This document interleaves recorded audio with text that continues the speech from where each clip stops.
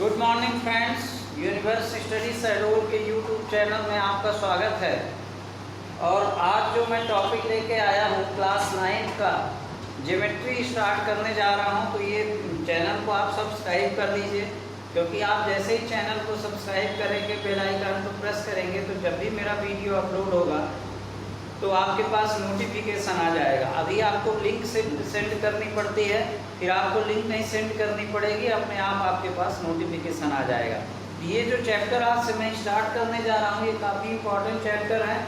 और ज्योमेट्री में सब जितने भी बच्चे हैं सबको ज्योमेट्री पोर्शन में पूरे ये 3-4 चैप्टर लगातार हैं क्लास 9 में। तो इसमें सबको दिक्कत होती है, तो इसलिए आप लोग बिल्कुल ध्यान से वीडियो देखिए। और अगर आवाज़ अच्छी ना आए तो आप अपने साथ ईयरफोन रखिए और कॉपी पेन लेके और बुक सामने रखिए। तो चलिए स्टार्ट करते हैं।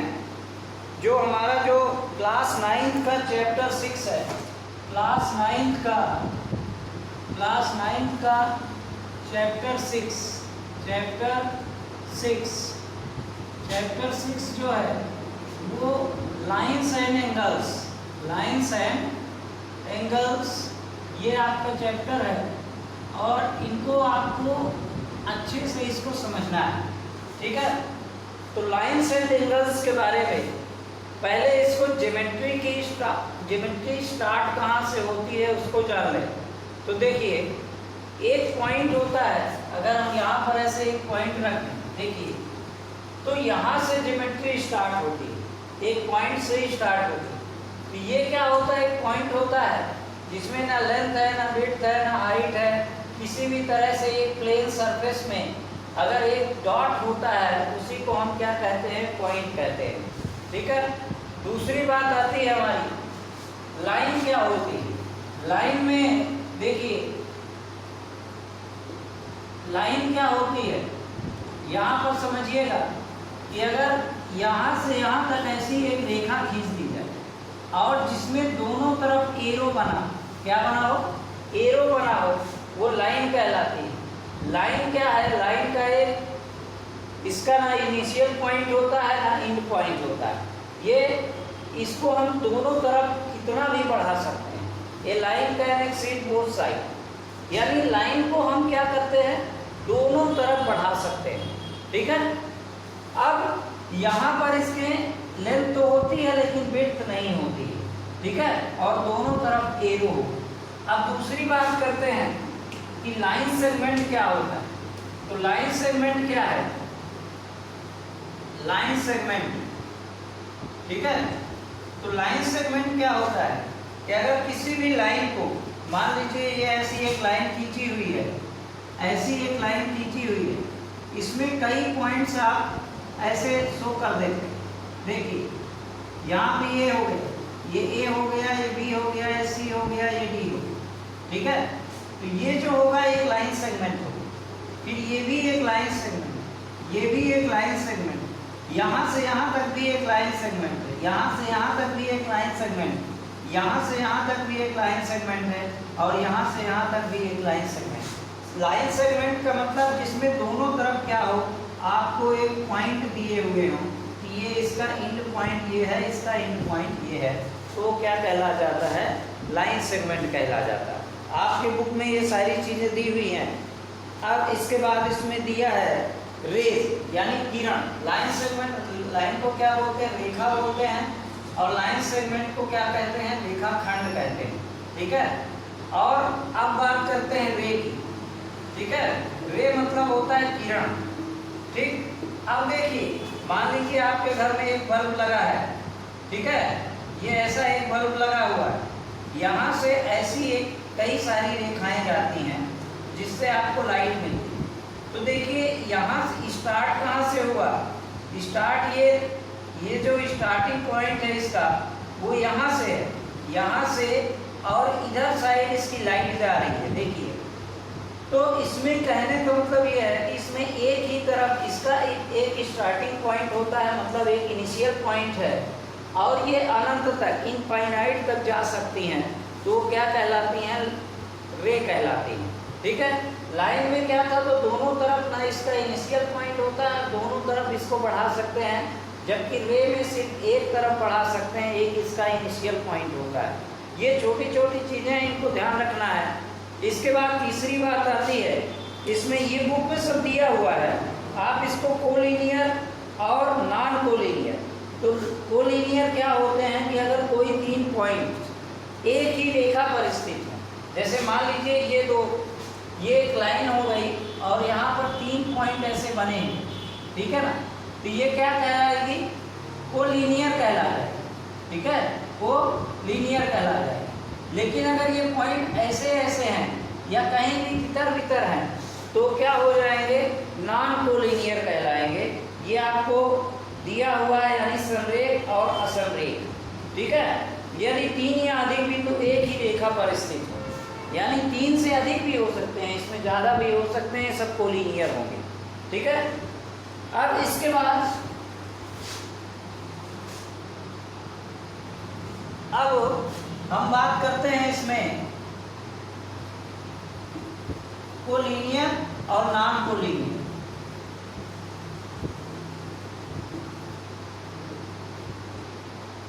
कई सारे पॉइंट यहाँ पर बने हुए हैं, ऐसे ये बना हुआ है, ये ऐसे बना हुआ है, ये एक ही जगह स्थित नहीं है, ये ऐसे मान लीजिए ऐसा बन गया। तो इस तरह से कई जगह जो लाइन बने पॉइंट्स बने हुए हैं और वो एक ही लाइन पर स्थित ना हो तो उसको नॉन कोलिनियर कहते हैं, ठीक है। इसके बाद बात करते हैं हम, अगर कोई भी एंगल कैसे बनते हैं, एंगल्स के बारे में मैं बता देता हूँ। ये छोटी छोटी चीज़ें बस इनको जानना है कि आप इनके बारे में जाने रहिए कि ये चीज़ें क्या होती हैं। और यहाँ से आपकी ज्योमेट्री स्टार्ट होती है और ज्योमेट्री के बारे में आपको जानना है, ठीक है। देखिए, एक आप पॉइंट लीजिए, जैसे मान लीजिए ये मैंने पॉइंट ले लिया और यहाँ से एक लाइन ऐसे, इसको क्या कहते हैं, रे कहते हैं, और एक रे ऐसे जा रही है, 2 रे हो गई, ठीक है। इनका एक पॉइंट है, कॉमन पॉइंट है, जहाँ पर ये दोनों जहाँ से स्टार्ट हुई, यानी दोनों रे जहाँ से स्टार्ट हुई हैं वो क्या कहलाता है। यहाँ पर मान लीजिए इसका एक पॉइंट ए है, ये बी है और ये सी है, तो यहाँ पर एंगल बनता है। ये एंगल क्या कहलाता है, इसको हम एंगल कहते हैं। इसको लिखते कैसे हैं, एंगल ए बी सी लिखते हैं, ए बी सी। जहाँ पर एंगल बनता है वो बीच में होता है, जहाँ पर एंगल बनता है वो कहाँ पर होता है, बीच में होता है। तो एंगल कई तरह के होते हैं, एक होता है एक्यूट एंगल ट्रायंगल, यानी न्यून कोण, ठीक है। एक्यूट एंगल ट्रायंगल की क्या डेफिनेशन है कि ये 0 से बड़ा होना चाहिए और 90 से कम होना चाहिए, यानी लेस दैन 90 और ग्रेटर दैन 0, तो वो क्या कहलाता है, एक्यूट एंगल कहलाता है, एक्यूट एंगल कहलाता है। यानी उसको हम क्या कहते हैं, न्यून कोण। क्या कहते हैं, न्यून कोण कहते हैं, ठीक है। अब दूसरा एंगल होता है आपका, ये देखिए, ये ऐसे बनता है, यहाँ पर ऐसे 90 डिग्री का एंगल आता है, यहाँ पर ए हो गया, यहाँ पर बी हो गया, यहाँ पर सी हो गया, तो angle A B C equal to 90 degree. यानी इसकी क्या डेफिनेशन हो जाएगी कि यहाँ पर हो जाएगा x इक्वल टू 90 डिग्री, इसमें फिक्स होता है, ठीक है। यानी ना 90 डिग्री से बड़ा हो और ना 90 डिग्री से कम हो, एकदम एग्जैक्ट जो इसकी मेजरमेंट हो वो 90 डिग्री अगर हो तो वो क्या कहलाता है, राइट एंगल कहलाता है, यानी समकोण कहलाता है। ये हो गया समकोण कहलाता है। ये जो है यहाँ पर इसको हम क्या बोलते हैं, राइट एंगल बोलते हैं, राइट एंगल कहते हैं। और यही आपको ये जो राइट एंगल होता है ये सीधा एकदम स्ट्रेट बनता है। और इसके बाद हम बात करते हैं तीसरे कोण की, जो ऑब्ट्यूज होता है। ऑब्ट्यूज एंगल क्या कहलाता है, जैसे ये देखिए, ये ऐसे, मतलब उंगलियां जो हैं, जैसे मान लीजिए ये आपको मैं ऐसे एग्जांपल देता हूँ कि देखिए, अगर ये उंगलियां हैं ऐसे और एंगल ऐसे बनता है, मतलब उंगलियां जिधर हैं उधर ही ये अंगूठा झुका हुआ है, तो ये कहलाएगा एक्यूट एंगल कहलाएगा। जब अंगूठा एकदम सीधा रहेगा तो ये क्या कहलाया जाएगा, 90 डिग्री कहलाया जाएगा। लेकिन जब अंगूठा ऐसा रहेगा तो ये क्या कहलाया जाएगा, जिधर उंगलियां हैं उसके अपोजिट जब रहे तो ऑब्ट्यूज कहलाता है।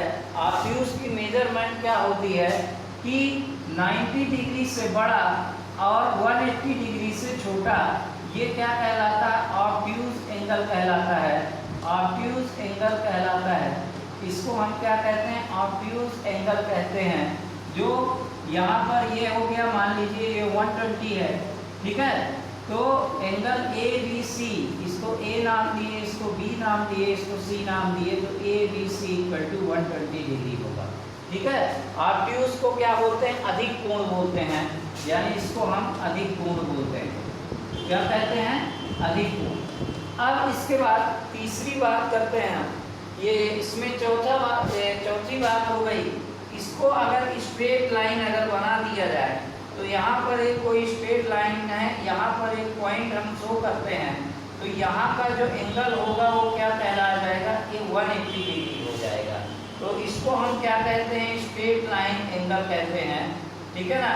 स्ट्रेट लाइन इसको एंगल कहते हैं, यानी इसको बीजु कोण कहते हैं, बीजु कोण कहते हैं, ठीक है ना, जो 180 होता है, ठीक है। तो यहीं से आपकी जो 9th क्लास की जो मैथ है वह यहीं से स्टार्ट होनी है आपकी, और ये सबसे इम्पोर्टेंट आपका ये है, ठीक है। अब इसके बाद हम यहाँ पर क्या बात करते हैं, प्रतिवर्ती कोण कहलाता है, जिसमें 180 से और 360 से कम हो, यानी अगर जिस एंगल की मेजर मान लीजिए ऐसा है, ठीक है, तो ये क्या क्या कहलाता है, ये प्रतिवर्ती कोण कहलाता है, यानी इसको इसकी मेजर कितनी हो गई, 180 से ज़्यादा, 180 से ज़्यादा और 360 से कम, तो ये क्या हो गया, प्रतिवर्ती कोण हो गया। ये बुक में दिया हुआ है, ठीक है। अब दो कोण होते हैं, कॉम्प्लीमेंट और सप्लीमेंट, ठीक है ना। तो कॉम्प्लीमेंट क्या है कि अगर दो एंगल का सम, ठीक है, कॉम्प्लीमेंट क्या है कि अगर किन्हीं दो एंगल का सम x + y = 90 डिग्री हो तो क्या कहलाता है, कॉम्प्लीमेंट कहलाता है। जैसे मान लीजिए ये एंगल आपका 40 है और इसकी टोटल मेजर क्या है, टोटल इसकी 90 आनी चाहिए, यहाँ से ऐसे, तो देखिए यहाँ पर क्या हो जाएगा, y = x = मान लीजिए 40 है तो 90 - 40 यानी y = 50, ये जो कॉम्प्लीमेंट होगा ये 40 का कॉम्प्लीमेंट एंगल 50 है। सप्लीमेंट में क्या होगा, दोनों एंगल का सम क्या होना चाहिए, 180 डिग्री होना चाहिए, तो सप्लीमेंट्री एंगल्स कहलाते हैं। ये छोटी छोटी चीज़ें इनको रिमाइंड करा देता हूँ मैं। अब इसके बाद तीसरी बात करते हैं हम एडजेसेंट एंगल की, ठीक है। एडजेसेंट एंगल क्या होता है, देखिए एडजेसेंट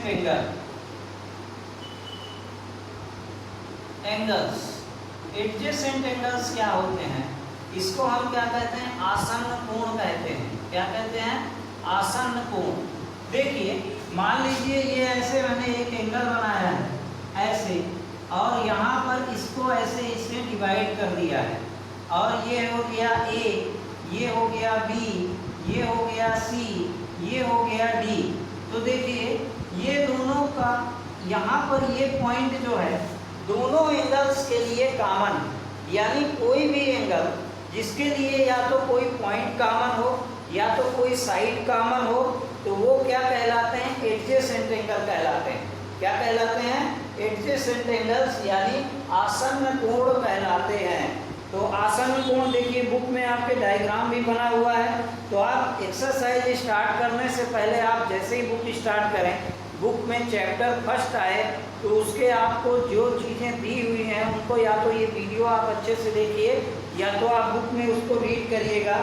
इसके बाद जो आपको इस यहाँ पर डायग्राम बना हुआ है, तो डायग्राम को आप देखिए ऐसा ही डायग्राम बना हुआ है, तो वो क्या होते हैं, एडजेसेंट एंगल कहलाते हैं। इसके बाद लीनियर पेयर ऑफ एंगल्स, ठीक है। तो लीनियर पेयर ऑफ एंगल्स क्या होते हैं ये मैं बता देता हूँ कि लीनियर पेयर क्या होते हैं। देखिए मान लीजिए ऐसी एक लाइन हो गई, तो ये लाइन से क्या हो गया, लीनियर, ठीक है, लाइन से क्या हो गया, लीनियर हो गया, ठीक है ना, लीनियर पेयर एंगल्स। देखिए लीनियर पेयर रैखिक युग्म, रैखिक युग्म। अब रैखिक युग्म क्या होगा, देखिए लीनियर पेयर एंगल में क्या होगा, आप ये मान लीजिए ऐसे कोई एंगल, यहाँ पर कोई पॉइंट है, यहाँ से ऐसे दो एंगल में ये डिवाइड हो गया। तो अभी मैं बताया कि कोई लाइन हो, पहले ये जानिए कि जब कोई लाइन होती है उसमें कितना एंगल होता है, 180 डिग्री होता है। ठीक है, इसको हमने दो भागों में बांट दिया, एक एंगल ये हो गया, एक एंगल ये हो गया। ठीक है, तो कितने एंगल हो गए, अब हमारे पास दो एंगल हो गए, यानी एंगल ये हो गया एक और एंगल ये एक हो गया। ठीक है, इसको हम नाम दे देते हैं, इसको नाम दे दिए ए, ये नाम हो गया बी, ये यहाँ पर है ओ और यहाँ पर है सी। ठीक है, तो इसकी जब बात करेंगे तो ये एंगल क्या होगा, angle A O C, angle A O C plus angle C O B, C O B दोनों का सम कितना आएगा, 180 डिग्री होगा। तो वो क्या कहला जाएगा, लीनियर पेयर कहला जाएगा। क्या कहला जाएगा, लीनियर पेयर कहला जाएगा, जिसमें दो एंगल का सम जो हो वो क्या हो, 180 डिग्री हो, वो लीनियर पेयर कहलाएगा। क्योंकि यही एंगल आपको बार बार यूज करना है, इसलिए आपको इसको जानना जरूरी है। ठीक है, इसके बाद आते हैं शीर्षाभिमुख कोण होता है, यानी शीर्षाभिमुख क्या है, वर्टिकली अपोजिट एंगल। ठीक है, तो वर्टिकली अपोजिट एंगल आप अपने बुक में देखेंगे, बुक में सब कुछ लिखा हुआ है, बस आपको देखने की जरूरत है। ठीक है, तो वर्टिकली अपोजिट एंगल क्या होते हैं, देखिए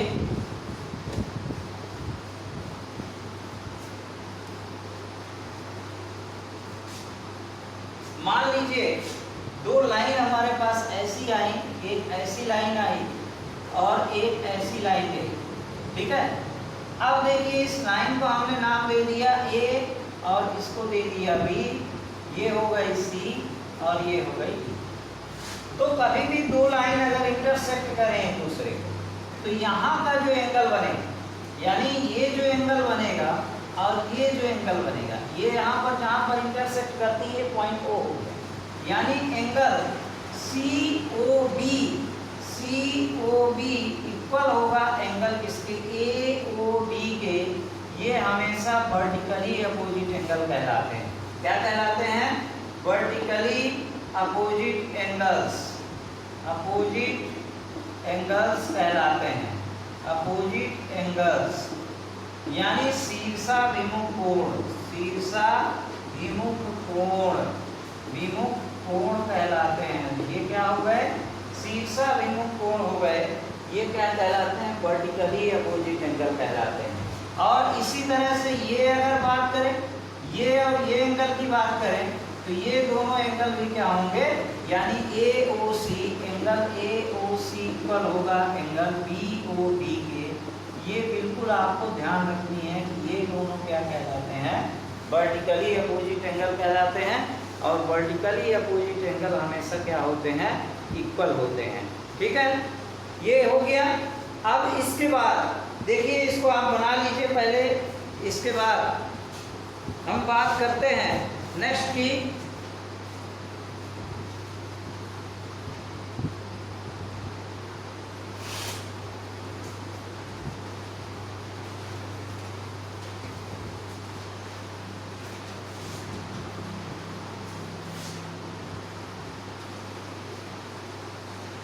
अब वर्टिकली अपोजिट एंगल के बाद यहाँ पर है इंटरसेक्ट लाइन और नॉन इंटरसेक्ट लाइन।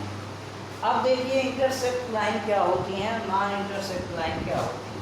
ठीक है, तो देखिए ये यहीं पर बना हुआ है, तो जो लाइन एक दूसरे को किसी एक निश्चित पॉइंट पर इंटरसेक्ट करती है, यानी काट दे, एक दूसरे को प्रतिच्छेद करके ऐसे गुजर जाए, तो ये क्या होती है, इंटरसेक्ट लाइन कहलाती है, यानी प्रतिच्छेदी रेखा होती है।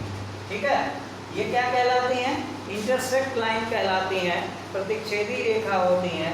और अगर देखिए ये ऐसी लाइन है, यानी क्या, कैसी लाइन, पैरेलल लाइंस हैं, ये L हो गई, ये M हो गई, तो L पैरेलल अगर M है तो यहाँ पर ये लाइन जो है वो नॉन इंटरसेक्ट लाइन कहलाती है।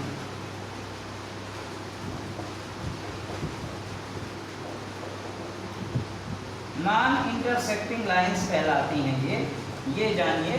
और ये क्या हो गई, इंटरसेक्टिंग लाइन कहलाती है। ठीक है, अब इसके बाद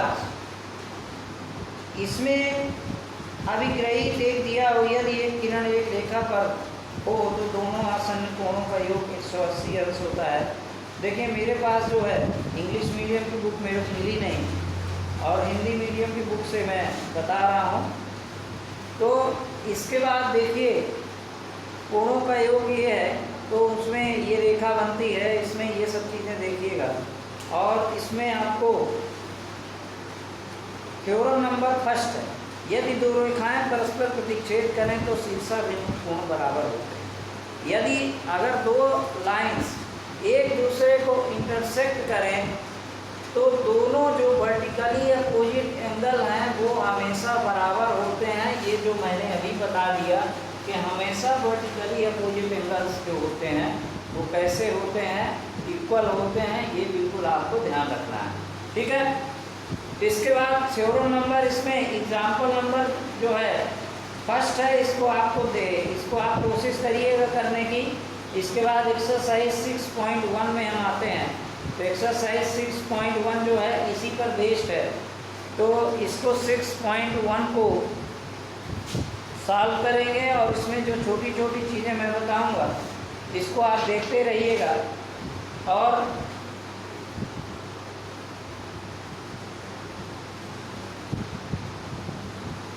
एक्सरसाइज 6.1 का पहला क्वेश्चन ये है कि आपको देखिए डायग्राम को आपको ढंग से देखना है, इसको समझना है। डायग्राम में समझने में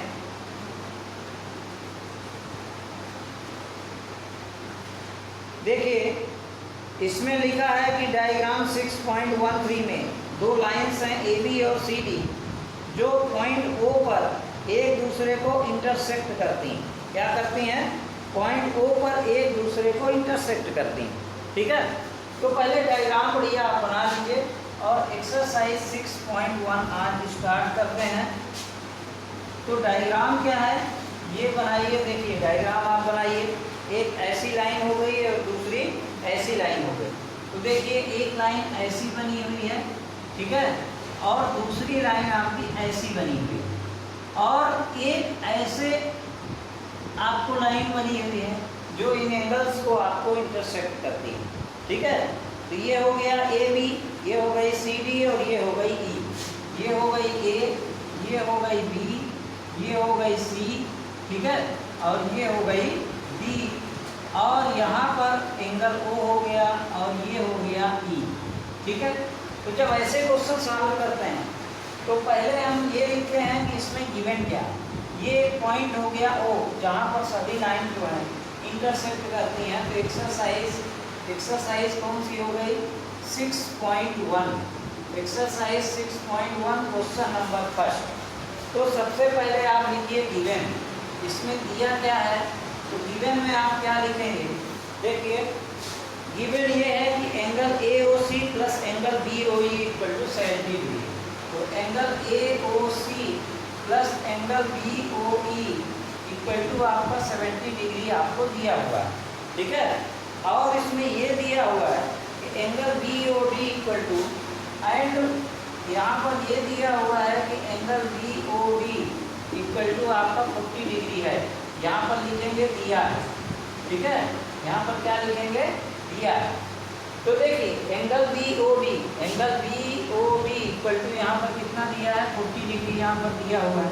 ठीक है, इसका और इसका इन दोनों का सम क्या है? 180 डिग्री। ठीक है, 70 डिग्री है। तो देखिए अब यहाँ से हम क्या करेंगे? टू फाइंड लिखेंगे, यानी ज्ञात करना शुरू करेंगे। ठीक है, तो यहाँ से स्टार्ट करेंगे। तो देखिए ये एंगल प्लस ये एंगल प्लस ये एंगल, ठीक है, तीनों एंगल का सम कितना होगा? तो यहाँ पर लिखेंगे कि एंगल AOC इक्वल होगा एंगल BOD के। ये एंगल और ये एंगल इक्वल होंगे। क्यों इक्वल होंगे? क्योंकि दोनों एंगल जो है वो क्या है, वर्टिकली अपोजिट एंगल। तो यहाँ पर क्या हो जाएगा, vertically opposite angles, opposite angles हैं, इसलिए ये दोनों क्या होंगे, इक्वल होंगे। ठीक है, यानी आपका एंगल AOC भी आपका आ गया 40 डिग्री हो गया। अब देखिए ये एंगल और ये एंगल, तीनों एंगल का सम कितना होगा, 180 डिग्री होगा। क्यों, क्योंकि ये यहाँ पर क्या है, स्ट्रेट लाइन है, ये सीधी रेखा है, इसलिए इस एंगल और इस एंगल, तीनों एंगल का जो सम होगा वो कितना होगा, 180 डिग्री होगा। यानी angle AOC plus angle COE plus angle यहाँ पर क्या हो जाएगा, BOE इक्वल टू कितना हो जाएगा, 180 डिग्री हो जाएगा। ठीक है, अब देखिए AOC हम निकाल चुके हैं 40 डिग्री है, तो यहाँ पर सीधे 40 डिग्री लिखिए, प्लस देखिए यहाँ पर या तो ऐसा लिखिए एंगल AOC प्लस COE और प्लस BOE। पहले हम इसको निकाल लेते हैं कि COE कितना हो। तो यहाँ से हम कैसे करेंगे, ये वाले एंगल से देखते हैं। देखिए AOC, angle AOC plus angle BOE equal to 70 degree है ना। तो देखिए AOC इक्वल टू कितना आ गया, 40 degree, plus angle BOE equal to कितना आया, ये दोनों का सम 70 डिग्री है। तो एंगल BOE इक्वल टू कितना आ जाएगा, 70 माइनस 30 हो जाएगा। ठीक है, तो एंगल BOE इक्वल टू कितना आ गया, यहाँ पर कितना आ गया, 40 डिग्री हो गया। ठीक है, ये 30 नहीं 40 है, तो यहाँ पर कितना हो गया, ये 40 डिग्री। तो यहाँ पर एंगल ये कितना आ गया, BOE इक्वल टू कितना आ गया, 30 डिग्री आ गया। इस तरह से ये निकालना क्या क्या है, BOE ही निकालना है। तो पहला आंसर हमारा आ गया। अब इसके बाद रिफ्लेक्स एंगल COE निकालना है, प्रतिवर्ती कोण COE। तो देखिए COE निकालना, तो देखिए COE की क्या है, COE निकालना है, मतलब ये एंगल निकालने के बाद यहाँ से ऐसा जो घूम के जाए वो क्या हो गया, आपका प्रतिवर्ती कोण हो गया। ठीक है, तो देखिए यहाँ से हम क्या करेंगे, देखिए एंगल AOC प्लस एंगल, यहाँ पर लिख दीजिएगा टू फाइंड, यहाँ क्या करना है, टू फाइंड, यहाँ पर लिखिएगा angle BOE and reflex angle angle COE निकालना, COE निकालना। तो AOC, angle AOC plus angle COE plus angle BOE और तीनों का सम क्या हो जाएगा, 180 डिग्री हो जाएगा। अब AOC इक्वल टू कितना हो गया, 40 हो गया, COE इक्वल टू पता नहीं है, प्लस इसके एंगल का क्या हो गया, 30 डिग्री इक्वल टू क्या हो गया, 180 डिग्री। इन दोनों को प्लस करेंगे तो एंगल COE इक्वल टू 70 हो गया, प्लस में इक्वल टू क्या हो गया, 180 डिग्री हो गया। अब एंगल COE इक्वल टू क्या हो जाएगा, 180 माइनस 70 हो जाएगा। तो एंगल COE इक्वल टू कितना हो जाएगा, 110 हो जाएगा। अब इसका प्रतिवर्ती कोण यानी रिफ्लेक्स एंगल क्या होगा, तो यहाँ पर लिखेंगे reflex angle COE equal to कितना हो जाएगा, 360। सबका सम क्या होगा, सब चारों का सम क्या होगा, इधर का 180 इधर का 180, 360 होगा। तो 360 माइनस 110 कर देंगे तो ये कितना आ जाएगा, 250 डिग्री हो जाएगा। तो reflex angle COE equal to कितना हो गया। फिर इसके बाद क्वेश्चन नंबर सेकंड है इसका, क्वेश्चन नंबर सेकंड इसका करना है। इसमें लिखा है कि जो यहाँ पर डायग्राम 6.14 है, इसमें दो लाइन्स हैं X, Y एंड MN जो पॉइंट O पर इंटरसेक्ट करती हैं। तो angle POY equal to 90 degree दिया हुआ है, POY and A ratio B equal to 2:3 है। तो C को फाइंड करना है। तो देखिएगा इसको, यहाँ पर पहले इसका डायग्राम बना लीजिए। तो यहाँ पर डायग्राम इसका क्या होगा,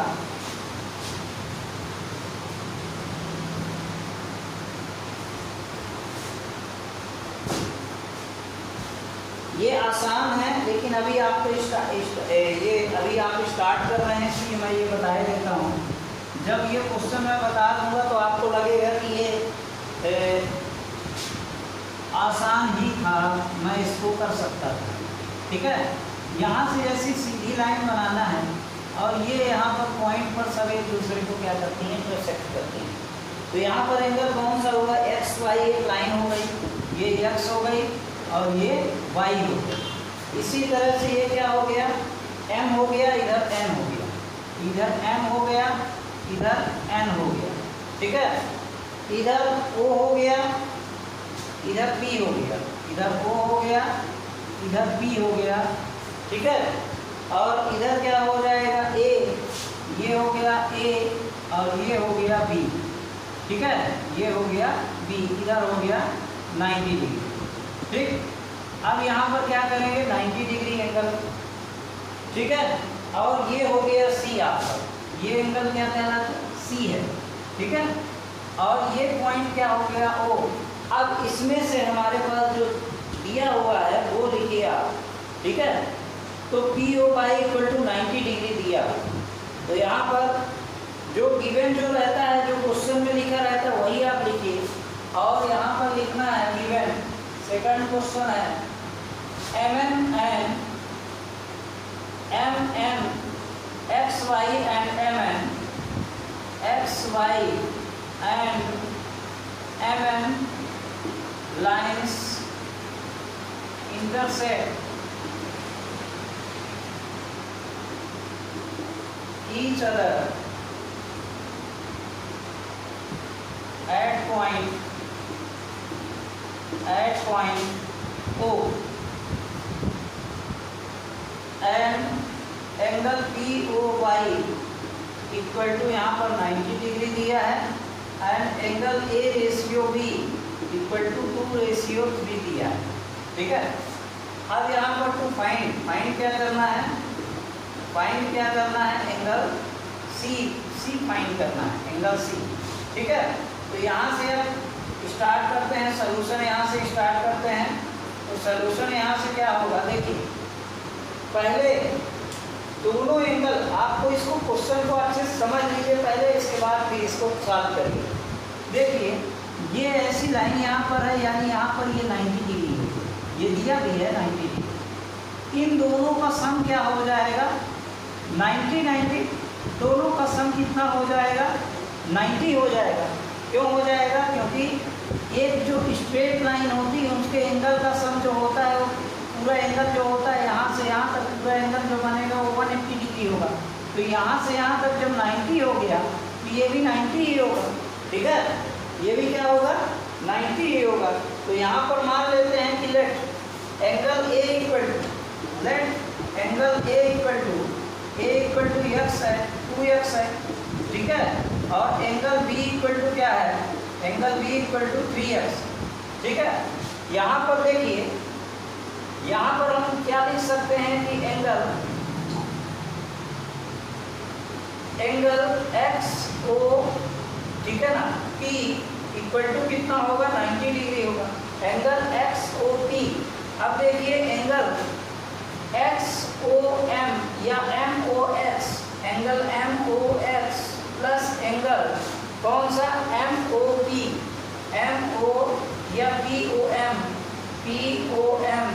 दोनों का सम कितना होगा, 90 डिग्री होगा। ठीक है, अब M O X equal to कितना है, एंगल ए है प्लस एंगल बी है। ठीक है, इक्वल टू 90 डिग्री है। तो यहाँ पर क्या करेंगे, ए प्लस ए, एंगल ए क्या लिए हैं 2x और एंगल बी क्या लिए हैं 3x, इक्वल टू कितना है 90 डिग्री। तो ये हो जाएगा 5x इक्वल टू 90 हो जाएगा। तो x इक्वल टू क्या हो जाएगा 90/5। तो x इक्वल टू क्या हो जाएगा 9 1 जा 5 1 जा 5, 5 8 जा 14, यानी कितना आ गया 18 डिग्री आ गया। ठीक है, अब क्या करेंगे, देखिए अब x इक्वल टू 18 डिग्री हो गया। तो देखिए एंगल फर्स्ट क्या हो जाएगा, एंगल ए इक्वल टू क्या हो जाएगा 2 इंटू 18, यानी एंगल ए इक्वल टू कितना हो गया 36 डिग्री हो गया। एंगल बी इक्वल टू कितना है 3x है, यानी 3 इंटू 18, यानी एंगल बी इक्वल टू कितना हो गया 54 हो गया। 18 3 जब 54 होता है, एंगल बी इक्वल टू कितना हो गया। अब हमको निकालना क्या है ए बी सी। तो देखिए ये एंगल बी जो होगा और ये सी दोनों का सम कितना होगा 180 डिग्री होगा। देखिए angle B plus angle C equal to कितना होगा 180 डिग्री होगा लीनियर पेयर से। ठीक है, लीनियर पेयर्स एक स्ट्रेट लाइन है ना, ठीक है, ये दोनों लीनियर पेयर से हो जाए। ठीक, तो एंगल बी इक्वल टू कितना आ गया 54 और एंगल सी इक्वल टू हमको पता नहीं है, तो एंगल सी इक्वल टू कितना हो जाएगा फाइंड करना है 180 डिग्री। ठीक है, तो एंगल सी इक्वल टू क्या हो जाएगा 180 डिग्री माइनस 54, तो एंगल सी इक्वल टू कितना आ गया, देखिए 10 में 4 का 6 आया और 7 में 5 2 आया, यानी 126 डिग्री आंसर आ जाएगा। ठीक है, तो एंगल सी इक्वल टू कितना है 126 डिग्री है। तो इस तरह से देखिए एंगल सी इक्वल टू 126, ठीक है, ये आ गया। अब क्वेश्चन नंबर 3 इसमें क्या है, देखिए क्वेश्चन नंबर 3 बताना है मेरे को, और क्वेश्चन नंबर 4 आप लोग करिएगा। देखिए क्वेश्चन नंबर 3 में आपको ये ट्रायंगल बना हुआ, ठीक है, बस इसमें लीनियर पेयर का काम है और किसी चीज़ का काम नहीं। ठीक, तो देखिए क्वेश्चन नंबर 3 है angle P Q R equal है पी आर क्यू टी। तो इसमें ये प्रूव करना है कि पी क्यू एस इक्वल होगा पी आर टी। ठीक है, तो यहाँ पर दिया हुआ है ऐसी एक लाइन बनी हुई है, पहले आप डायग्राम ये बना लीजिए। इसमें ऐसे ये डायग्राम हो गया, इसको ये डायग्राम हो गया, इनको नाम दे दीजिए आप। ये हो गया क्यू, ये हो गया एस, पी क्यू आर हो गया, ये एस टी हो गया। तो यहाँ पर हो गया पी, ये हो गया क्यू, ये हो गया आर, ये हो गया एस, ये हो गया टी। ठीक है, तो यहाँ पे क्या करेंगे, इसको ऐसे करेंगे, इसको ऐसे। ठीक, तो यहाँ पर लिखेंगे क्वेश्चन नंबर 3 या गिवन क्या है आप ये लिखिए।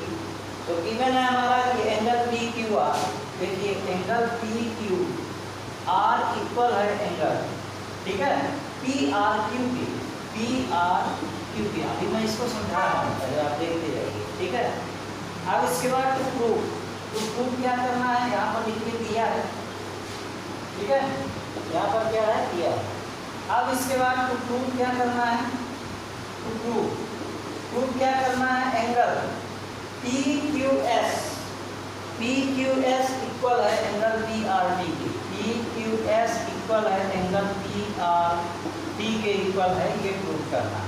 ठीक है, अब यहाँ से प्रूफ स्टार्ट करते हैं। तो प्रूफ जब स्टार्ट करेंगे तो यहाँ पर देखिएगा दोनों एंगल का सम, यानी इस एंगल का सम और इस एंगल का सम, दोनों का सम 180 डिग्री होगा लीनियर पेयर से, होगा क्या। ठीक है, इसी तरह से ये सम और ये सम, मान लीजिए कि आपको आप लोग दो भाई, एक ए हो गया एक दो बी हो, दोनों को पापा जी कहते हैं कि भाई इनको एक काम करना, मम्मी से कहते हैं कि इनको 180 रुपए दे दे, कल ये कुछ काम के लिए लेना है। तो टोटल इनको देना कितना है 180, और टोटल देना है 180 डिग्री। ठीक है, 180 पैसे देना। ठीक है, तो पापा के पास 50-50 रहा, तो उन्होंने दोनों को 50-50 दे दिया। अब बाकी बोला उन्होंने कि मैंने इनको बराबर बराबर पैसे दे दिए हैं दोनों को, अब जो बचेगा बाकी मम्मी से ले लेना। तो देखिए ये 50-50 दोनों के पास बराबर है। अब बचा कितना, देखिए 180 लेना था, 180 में 50 माइनस कर दीजिए, ठीक है। इसी तरह से 180 में 50 माइनस कर दीजिए, तो देखिएगा इसके पास भी 130 रुपीज़ इसको भी देना है और 130 रुपीज़ इसको देना है, ठीक है। अब ये बात मैं क्यों किया, क्योंकि इसका और इसका सम 180 है, इसका और इसका सम 180 है, दोनों का सम, ठीक है। तो यहाँ भी ये और ये एंगल बराबर हो गए, यानी यहाँ पे क्या करेंगे, देखिए एंगल P, ठीक है, angle PQR plus angle PQS equal होगा 180 डिग्री के। क्यों होगा, यहाँ पर लिख देंगे लीनियर पेयर से, लीनियर पेयर से, लीनियर पेयर से ये दोनों क्या हो जाएंगे, इक्वल हो जाएंगे। देखिए लीनियर पेयर से, ठीक। अब देखिए एंगल यहाँ पर देखिएगा, एंगल PQS इक्वल होगा 180 माइनस एंगल PQR की, होगा कि नहीं होगा, ये देखिए यहाँ पर आप इक्वेशन फर्स्ट लिख दीजिए, ठीक है। या तो ऐसा लिखिए, एंगल PQS ही रहने दीजिए इसको, या चलिए ये PQR भी, ठीक है। ये फर्स्ट हो गया। अब फिर से करिए इधर साइड देखिए, एंगल अगेन फिर से यहाँ पे क्या करेंगे, देखिए angle PRQ plus angle PRT equal to कितना हो जाएगा, 180 डिग्री हो जाएगा, हो गया 180 डिग्री। अब यहाँ पर क्या करेंगे, देखिए एंगल PRT इक्वल टू कितना होगा, 180 माइनस एंगल PRQ लेंगे, ठीक है।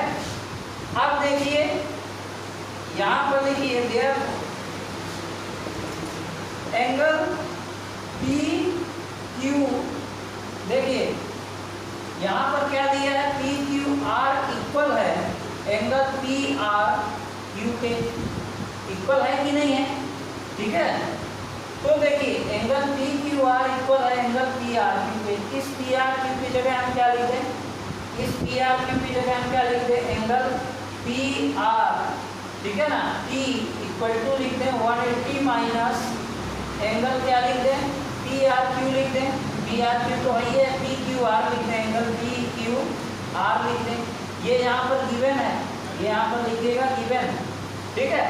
अब देखिए 180 माइनस एंगल PQR है, अब ये भी एंगल 180 माइनस PQR है, तो यहाँ पर देखिए क्या हो जाएगा, ये T है ना, तो angle PRT equal 180 minus angle PQR है, तो देखिए एंगल PRT इक्वल टू, ये देखिए 180 minus angle PQR equal to किसके है, PQS के इक्वल है, तो एंगल PQS के इक्वल है, यहाँ पर लिख दीजिए फ्रॉम इक्वेशन फर्स्ट। ऐसा कर सकते हैं, या तो इसको डायरेक्ट भी लिख सकते हैं, तो एंगल PRT इक्वल हो गया एंगल PQS के इक्वल हो गया, तो यही तो प्रूव करना था कि एंगल PQS इक्वल है एंगल PRT के, ये हो गया हैंस प्रूव्ड हो गया, यानी सिद्ध हुआ, ठीक है। तो इस तरह से आप 3 क्वेश्चन मैंने इसके बता दिए हैं, और चौथा क्वेश्चन आप करिएगा, इसको भी, चौथा क्वेश्चन आसान है, इसमें भी प्रूव करना है। और 5th नंबर क्वेश्चन जो है सबसे ज़्यादा इम्पोर्टेंट और सबसे ज़्यादा टफ है, तो इसको मैं बता देता हूँ, क्योंकि आप जब भी इसको कोशिश करेंगे तो आपको ये नहीं बनेगा, तो 1-2 बार इसकी आप प्रैक्टिस कर लेंगे तभी ये बनेगा, ठीक है। तो देखिए क्वेश्चन नंबर 5th क्या है, ये इसको अच्छे से पढ़िएगा, क्वेश्चन नंबर 5 को इसका स्क्रीनशॉट ले लीजिए, तब तक मैं क्वेश्चन पढ़ता हूँ। यहाँ पर देखिए डायग्राम ये दिया है कि POQ एक लाइन है जिसमें एक रे है OR, ठीक है, OR एक रे है, और जो PQ पर परपेंडिकुलर, PQ पर क्या है, परपेंडिकुलर है, तो OP और OR जो रेज हैं वो OS एक रेज है जिसमें ये प्रूव करना है, यानी OP OR के बीच में, OP और OR के बीच में एक रे जो है वो OS है। तो इसमें ये प्रूव करना है कि एंगल ROS इक्वल टू है 1/2 angle QOS minus angle POS, ये प्रूव करना है।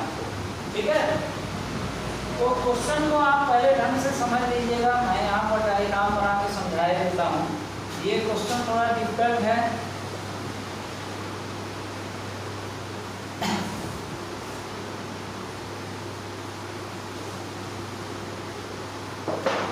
देखिए यहाँ पर ये दिया हुआ है, पहले इसका डायग्राम अच्छे से बना लेते हैं। तो डायग्राम इसका क्या बना हुआ है, देखिए POQ ऐसा एक एंगल दिया हुआ है, ऐसा, ये हो गया P, ठीक है, ये हो गया O, ये हो गया Q, ठीक। और इस पर एक लाइन है, कैसी लाइन है ये, और ये हो गई क्या R और OR, और इसके बीच में है एक लाइन है S, ठीक, एक लाइन है क्या S। अब देखिए, अब आपको ये बने हुए हैं, ये यहाँ पर 90 डिग्री, ठीक है, इन दोनों के बीच में ये OS एक रे, ठीक है। तो इसमें गिवन क्या क्या है पहले वो लिखिए। तो देखिए गिवन क्या है, ये लिखते हैं, given OR perpendicular to POQ, ठीक है, यही दिया हुआ है। POQ एक लाइन है जिस पर OR रेखा PQ पर लंब, PQ पर परपेंडिकुलर, तो ये PQ पर परपेंडिकुलर, PQ पर परपेंडिकुलर है OR, ठीक है। एंड रे OS लाइज बिटवीन, ठीक है, किसके बीच में,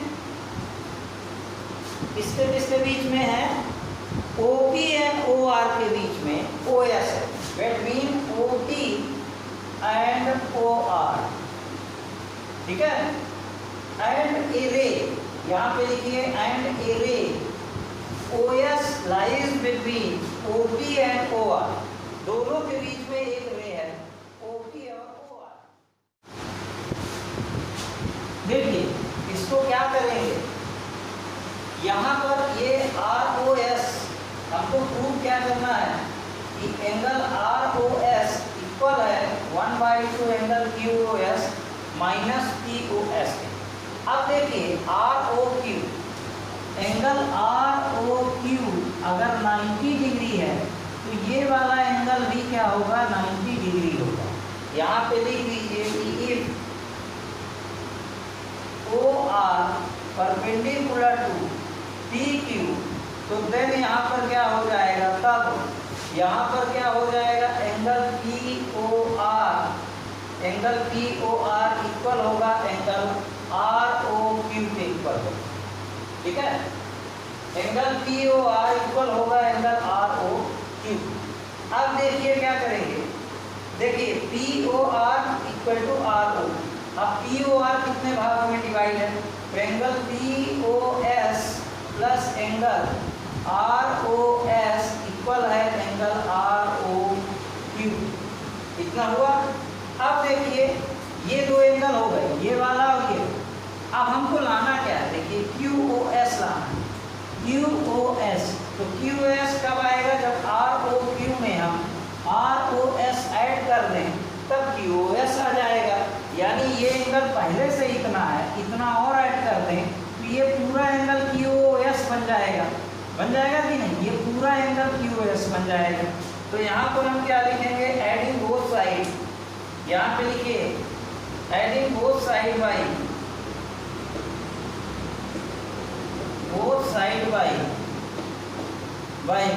एंगल कौन सा, एंगल ROS ऐड कर, ठीक है।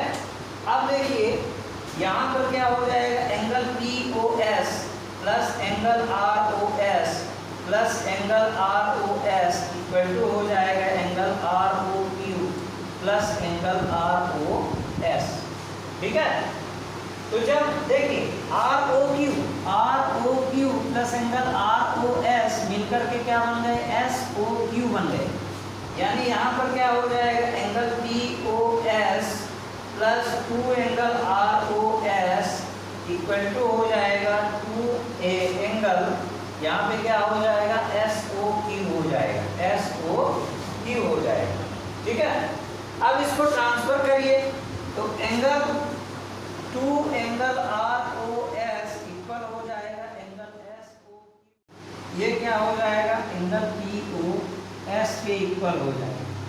ठीक है, अब ये क्या होगा, एंगल ROS इक्वल होगा 1/2 angle SOQ minus angle POS के, और ये आपको यही प्रूव करना था।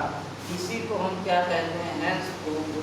ठीक है, इसी को हम क्या कहते हैं, हेंस प्रूव कहते हैं, और यही आपको प्रूव करना था, सिद्ध हुआ। ठीक है, तो चलिए इस वीडियो में इतना ही देखते हैं। कल हम एक्सरसाइज प्रयास करूंगा मैं कि ये नेक्स्ट जो है टॉपिक मेरा 6.2 एक्सरसाइज और 6.3 दोनों इसमें कवर करा दूं अगले वीडियो में। तो आपका चैनल देखने के लिए बहुत बहुत धन्यवाद। आप अगर सब्सक्राइब नहीं किए हैं चैनल सब्सक्राइब कर दीजिए, क्योंकि जो स्कूल से अभी लिंक भेजी जा रही है कुछ दिन बाद नहीं भेजी जाएगी, तो आपके पास जब भी आए नोटिफिकेशन आ जाए। ज्योमेट्री पोर्शन आपका पूरा मैं कवर कराऊंगा, इसमें 4 चैप्टर और पूरी मैथ बताऊंगा। Thank you for watching, goodbye, take care.